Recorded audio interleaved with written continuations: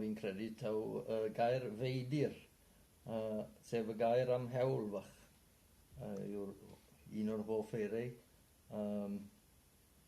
Mae'n hewl fach gyda cloddiau bob ochr, a mae'n cael ei ddefnyddio gyda bobl o hyd yn eitha mynych.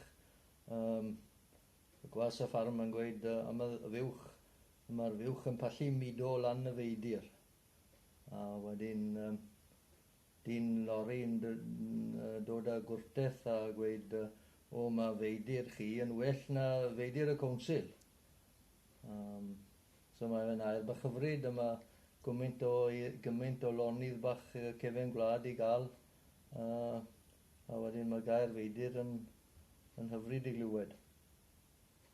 Wel, fel plentyn, o'ch chi'n teimlo'r pridd ar eich dwylo, y dwst y pridd yn eich gwyneb, pan oedd y pridd yn sych a'r tymer yn iawn ar y tir, o'ch chi'n gallu mynd mewn a hau yr had, neu rhedeg dros y tir gyda oged neu rowl, i'r porfa glas gael cydio. So mae wastad rhaid i chi weithio gyda'r natur, allwch chi ar y pryd dim ond tractors two-wheel drive, wedyn chi'n goffo cael tymer y ddeiar a sychder y tir yn iawn i fynd ar y ddeiar.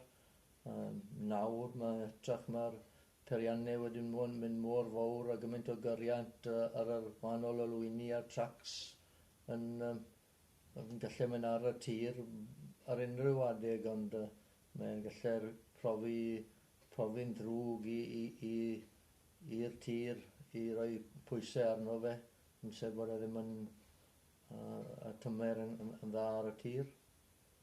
So gweithio gyda natur yw bob cyfeiriad. Os bydd i wedi bwrw, chi'n ffo sefyll i'r ca i sychu tamed, felly dim ond 2 awr yn ei gwaniaeth, a wedyn mynd arno. A wedyn unwaith mae'r cnwd wedi cael ei hau, wel mae rhwng y tywydd a'r ddeiar wedyn, dim rhagor da chi'n neud tan bod cynaeafu felly. Amser yn golygu popeth.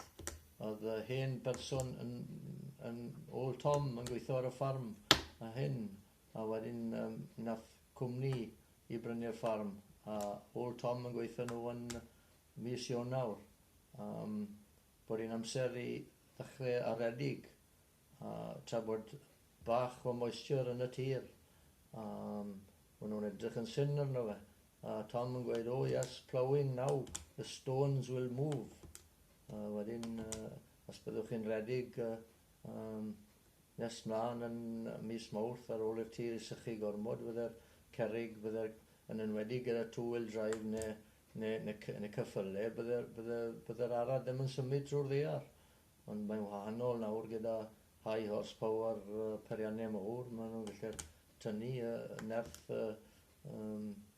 diesel a power yw'r gwbl nawr.